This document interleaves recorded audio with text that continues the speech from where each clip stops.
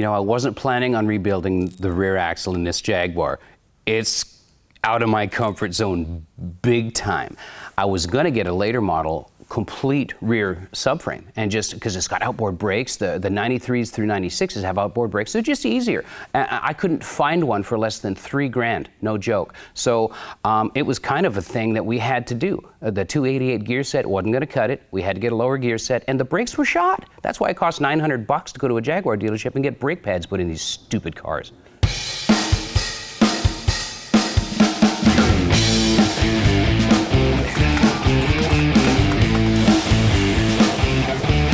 There we go. Oh, I hate these Jaguars. Look at that.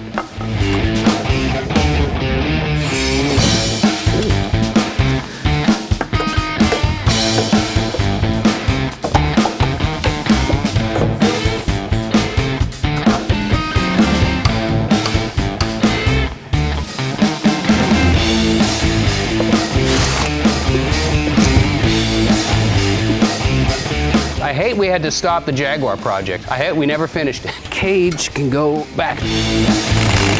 The Jag rear axle is a Dana 44 center section. See, no shims. And although rebuilding a rear axle is not what I'm used to doing, it's just a step-by-step process. But there's a lot of steps. Ba-doop.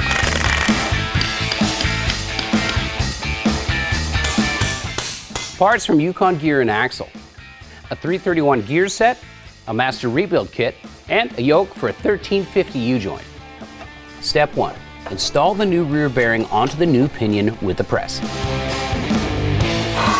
Step 2. Make a setup race for the housing so I can make it removable and use the pinion depth tool to determine the shim needed under the bearing race. Now this means some math.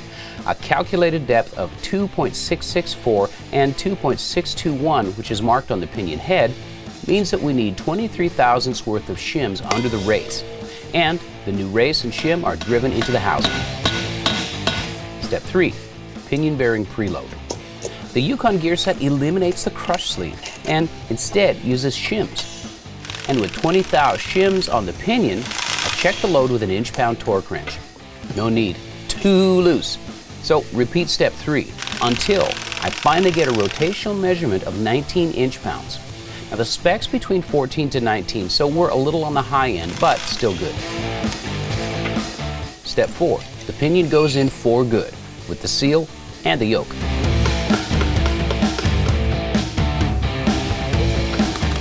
Step 5. I toss the ring gear into my Franken-Cooker powder coat oven to expand it, and then install it onto the factory limited slip differential. The bolts from Randy's come with spacers to make this gear fit. But the ring gear is too thin and we need to have a spacer machined because Jaguar. A road trip. Neely Precision knocked out a 3/16 spacer and surface grounded to make sure it was perfectly flat. And then back to the shop.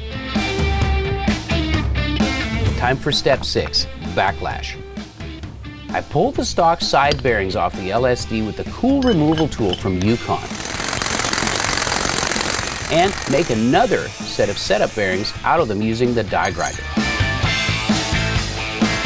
The spacer and ring gear is then installed using some red thread locker to keep everything tight.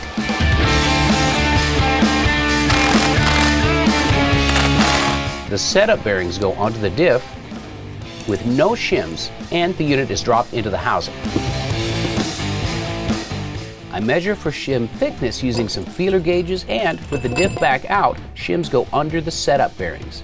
And it all goes back in again until backlash lands between 6 to 10 thou. Once it does, it all comes back apart again, and I add 10 thousandths of shims to help with the preload, and the new side bearings are pressed onto the diff with the shims under them.